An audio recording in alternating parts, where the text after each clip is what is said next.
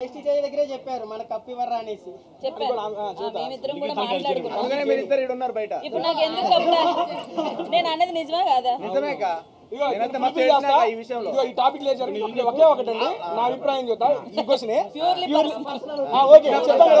Comedians కప్పులు రావని చెప్పాం కదా, అది యాక్సెప్ట్. మీరు అందరూ అప్పుడు ఏమన్నారంటే లేదు లేదు మేము చేస్తాం చూస్తాం అన్నారు. నేను ఓపెన్ గా మీడియా ముఖంగా ఈ రోజు చెబుతున్నానండి, టాప్ 5 ఎవరో అందరికి తెలిసిపోయింది. 5వ స్థానంలో అవినాష్ అన్న ఉన్నాడు. ఓపెన్ గా చెబుతున్నా, రేపు ఫినాలే రోజున 5వ స్థానంలో అవినాష్ అన్న బయటకు వస్తాడు. చెప్పేది ఫస్ట్ కంప్లీట్. 5వ స్థానంలో అవినాష్ అన్న బయటకు వస్తాడు. మేమిద్దరం మాట్లాడుకునేది కమెడియన్ కప్పులు రావు అని. ఇప్పుడు 5వ స్థానంలో ఉన్నారు. రేపు నుంచి ఓట్ బ్యాంక్ ఓపెన్ అయ్యింది.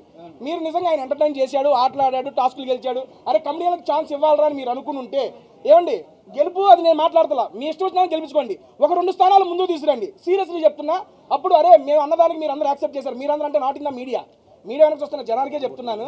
కమెడియన్ కప్పులు రావన్నప్పుడు మీరు చాలా ఫీల్ అయిపోయారు. బయటకు వచ్చి నేను చూశాను, చాలా రెస్పాన్స్ వచ్చింది దానికి. ఎందుకు రావు, మీరు ఆడని మేము గెలిపిస్తామని. ఆయన ఆడి టాప్ 5లో నిలిచాడు కాబట్టి ఒక 2 స్థానాలు ముందు తీసుకురండి. సీరియస్లీ మేము అన్న మాటని సభాముఖంగా వెనక్కి తీసుకుంటాం. దాన్నండి అక్కడ దాకా ఆలోచన రాదా? చెబుతున్నా ఓపెన్ గా. టేస్ట్ తేజ అన్న ఏమో ఫుడ్ పెట్టాడు, బిర్యానీ మొత్తం పెట్టాడు. మీరు ఎందుకు పెట్టలేక? టేస్టీ తేజ కదా అన్ని టేస్టీ బిర్యానీ పెట్టాలా? పెట్టండి.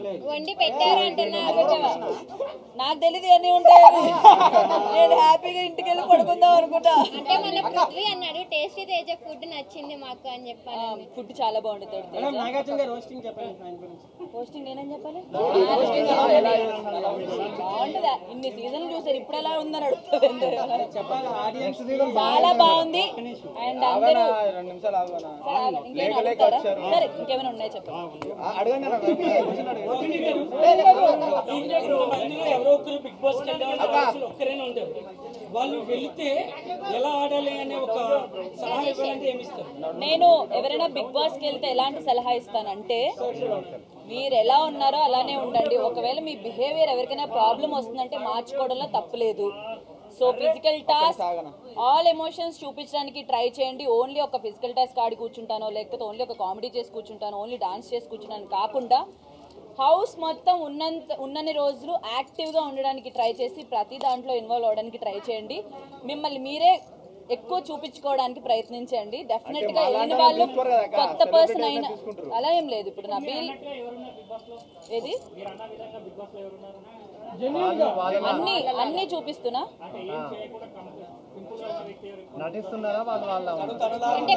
నాకు వాళ్ళెవరూ పర్సనల్ గా తెలీదు. ఇఫ్ నాకు పర్సనల్ గా తెలుసుంటే వీళ్ళు బయట ఉన్నారు ఇట్లా నటిస్తున్నారని చెప్పగలను.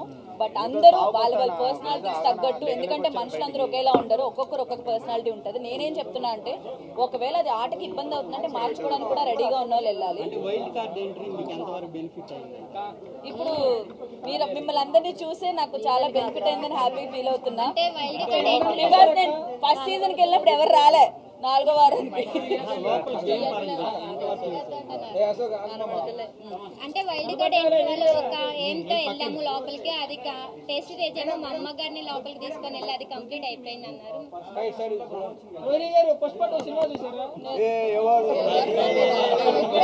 Thank you so much.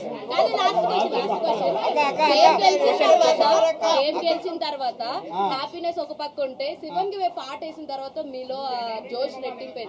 ఎలా అనిపిస్తుంది అసలు? ఎక్స్పెక్ట్ చేశారు? ఆబ్వియస్గా అంటే పాట వస్తుందని ఎక్స్పెక్ట్ చేయలేదు. నేను గెలిచిన తర్వాత నిజంగా చెప్తున్నా, బయట ఉన్న వాళ్ళకి ఆ ఫీల్ తెలియదేమో. బిగ్ బాస్ హౌస్లోకి ఎవరైనా ఒక్కసారి వెళ్తే అక్కడ చిన్నది గెలిచినా చాలా పెద్ద విషయంలో అనిపిస్తుంది. ఆ ఎమోషనల్ మూమెంట్స్ కంట్రోల్ చేసుకోలేము.